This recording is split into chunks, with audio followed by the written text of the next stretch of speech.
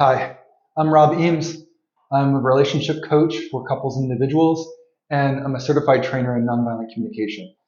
Just going to share really quickly about the emotions course for couples that I'm offering. I'm really excited about it because again and again, what I hear from couples are some of these themes, and you try them on and see how they relate to your experience.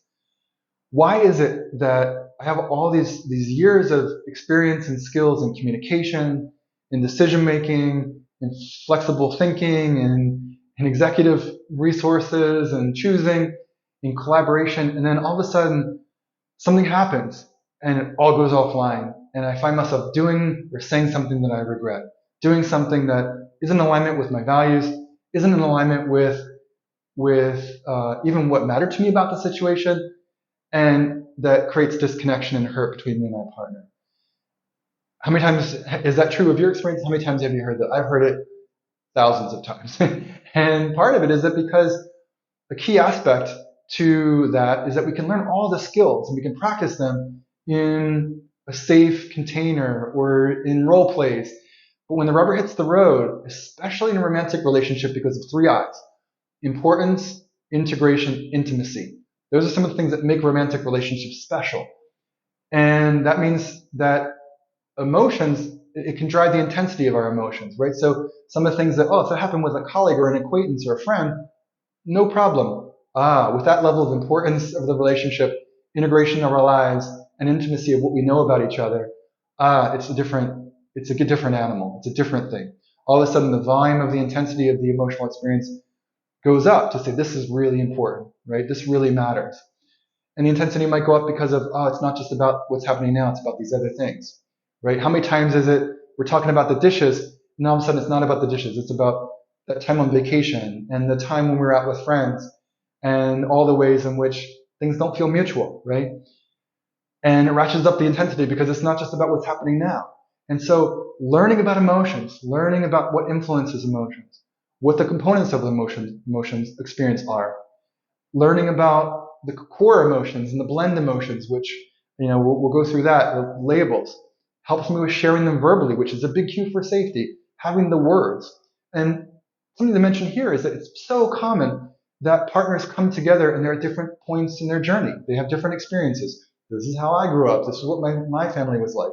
This is what earlier relationships were like. Oh, this is what it was like for me. Emotions were welcome. We talked about them. I got really comfortable. My anger was okay. That it meant that there was something to pay attention to. And it meant that there's an opportunity to collaborate on to approaching it. That's not my experience at all. That you might be at different points. And so this course offers, oh, here's a structured way that we can build on that foundation, meet you each where you are, and that you can draw upon the strengths of the team to learn and grow together. Getting to a point where, oh, we both now have the same foundation of what an emotional experience is. So what emotions are, what labels are for them, the categories of messages. Emotions are signals is one of the offerings in the course. We'll talk about emotional expressions and that all emotions are welcome. They all have energy and they get our attention. They orient us to what's important, and we can get to what matters, what our needs are, what's calling for attention, and what we want to celebrate and savor, what we want to point to that leads to inviting collaboration and change. And so that's all part of it too, that all emotions are welcome, but not all emotional expressions are welcome.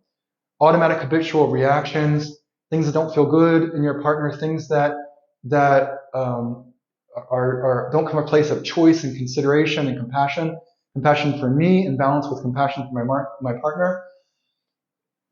Those can lead to misunderstandings and hurt. They can lead to disconnection, right? So this is an opportunity, emotions course for couples. We'll get into self-regulation. So part of it is my individual responsibility about the way I relate to my emotional experience. That there are parts of me that are holding emotions, and those parts have feelings because they're picking up on something that's going on, either something internally or externally, something that I'm remembering from my past or something that's happening now. And those aren't the truth of what's happening now. There's something that lives inside of me and that's important to me. That could be, to be heard, to be understood, to matter, for support, for a connection, for fun, for play, for ease, right? And so discerning the messages is part of my own inner work. And then there's my partner's inner work and their responsibility about discernment and self-regulation. And then there's co-regulation strategies. There's what expressions of emotions feel good for the two of us. One of the things that this course is not prescriptive. It provides options and ways and activities for the two of you to decide what you want your relationship to be like.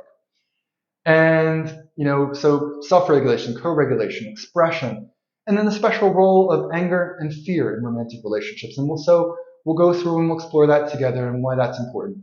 It's very practical. It's not theoretical. It's about what do the two of you want in your relationship and how do you make those changes. I'll end by saying a couple things. One is that, to paraphrase Sue Johnson, emotions are the music in the dance of romantic relationships. And there's so much in that. Emotions are the music in the dance of romantic relationships.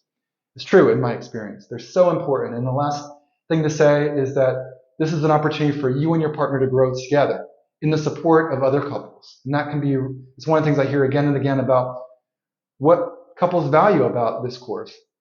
And that how you relate to your emotional experience is one of the primary foundational ways in the quality of your romantic relationship. And so if you're wondering, why do skills go offline? Why did I react that way? Why did I say something that I regret and that's not in alignment with my values and that created some disconnection? It's having an understanding of emotions, having a shared understanding, a shared language, having shared skills about self-regulation and co-regulation, ways to support each other, having agreements about expressions, and having this shared foundation of understanding about emotional experiences is part of the ways to do that together that profoundly improves the climate of your relationship and the quality of your relationship satisfaction, connection, and intimacy. So I hope to see you there.